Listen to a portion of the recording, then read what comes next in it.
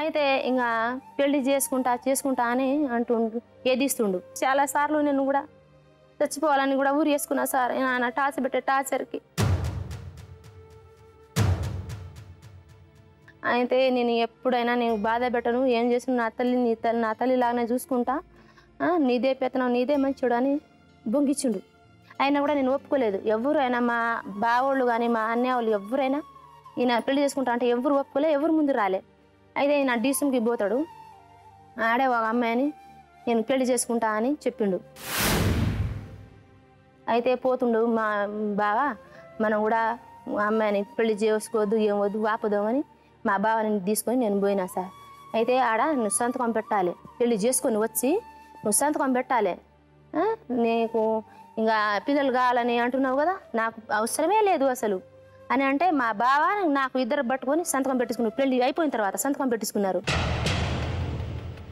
ఆయన అసలు ఒక నిమిషం ఆయన పెళ్లి చేసుకొని ఇట్లా వచ్చిండు, నాకు కొట్టటం తిట్టటం ఇంకా అక్ర సంబంధం కడుతుండు సార్. మాట్లాడితే ఇంకా తల పోసుకొని లబ్బర్ వేసుకున్నా సార్. లబ్బర్ వేసుకుంటే ఇటు ఒక జడ వేసుకొని ఇట్లా కొడితే 10 ఏళ్ళు అయింది సార్. గర్భం సంచికి డేట్ ఆగలేదు. చేసుకున్న కాడ నుంచి నాకు ఒక్క రోజైనా ఎలా ఉన్నావని కూడా అడగలేదు, ఎలా తింటున్నావని అడగలేదు.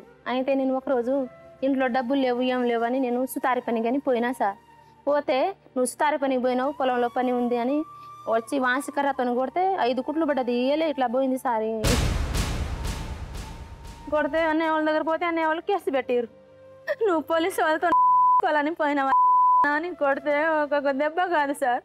గుండె గొంతులో ఆగిపోయింది మాటలే తోచక, కంట కన్నీరు చెంపతడిమెంది బాధనో దార్చగా, మనసుకే నాడో మనసుతో మనువు జరిగిపోయిందిగా, కాలం ఈనాడు కాదు 10 సంవత్సరాలు ఇంటనే ఎగినా సార్. తర్వాత నేను ఏరే పడతా రవి, నా వల్ల కాదని చెప్పిన తర్వాత నేను ఏరే పెట్టుకున్నా.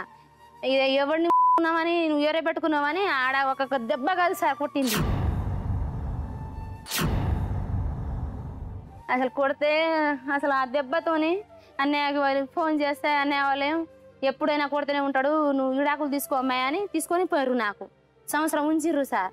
సంవత్సరం ఉంచితే నాకు పెళ్ళం కావాలని మళ్ళీ పిలుచుకొని పోతే నెల దాకా నా దగ్గరికి రాలేదు సార్. ఏమా కొట్టుడు, ఏమా సంవత్సరం దాకా ఎలా ఉన్నావే నువ్వు